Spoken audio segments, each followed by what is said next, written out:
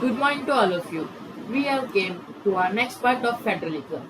In this part, we will see what will we discuss. We will discuss this para and the first, third, first three features of federalism.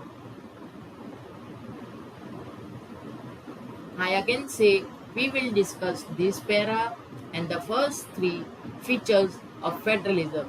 So let's begin.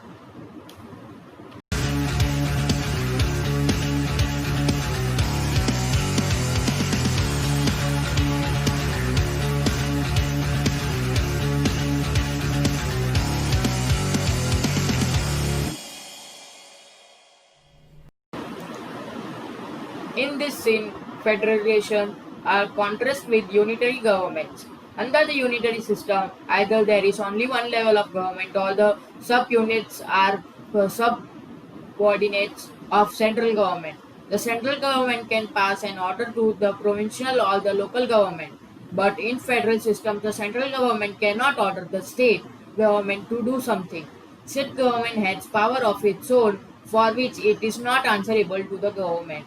Both these government are separately answerable to people. Now, in this para, they are telling that in unitary system, the central government will create pressure on the state government, and state government has to give answer to the central government. But in federal system, central government cannot give any order to state government. State government is having its own power through that it is not answerable to government. But both government have to give separately answer to the people, and people have to ask question because they have right to ask. Now we will see some key features of federalism. Now, the first key feature of the federalism is there are two or more levels or tiers of government.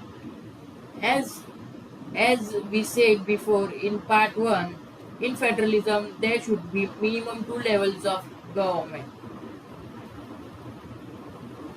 Now before comes to second point of point of federalism. Different tiers of government governs the same citizen, but each tier has its own jurisdiction in specific matters of legislation, taxation, and administration. Now, what this point mean?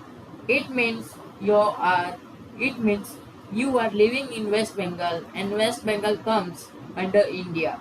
So you you have to follow the rules of the both government, because the central government is governing all whole India, and central government is ruling on West Bengal also, and you are living in West Bengal, so West Bengal government is ruling on you in your city also, so you have to follow the both governments rule.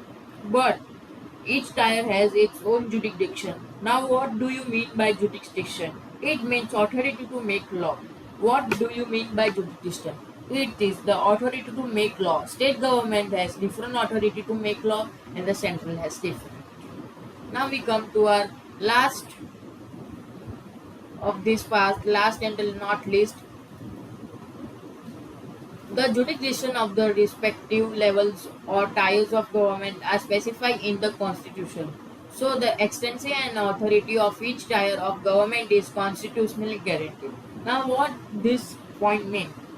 That means the jurisdiction of the respective levels of government are specified in Constitution. Means the jurisdiction of the respective level is already mentioned in our Constitution, in the book of Constitution of India.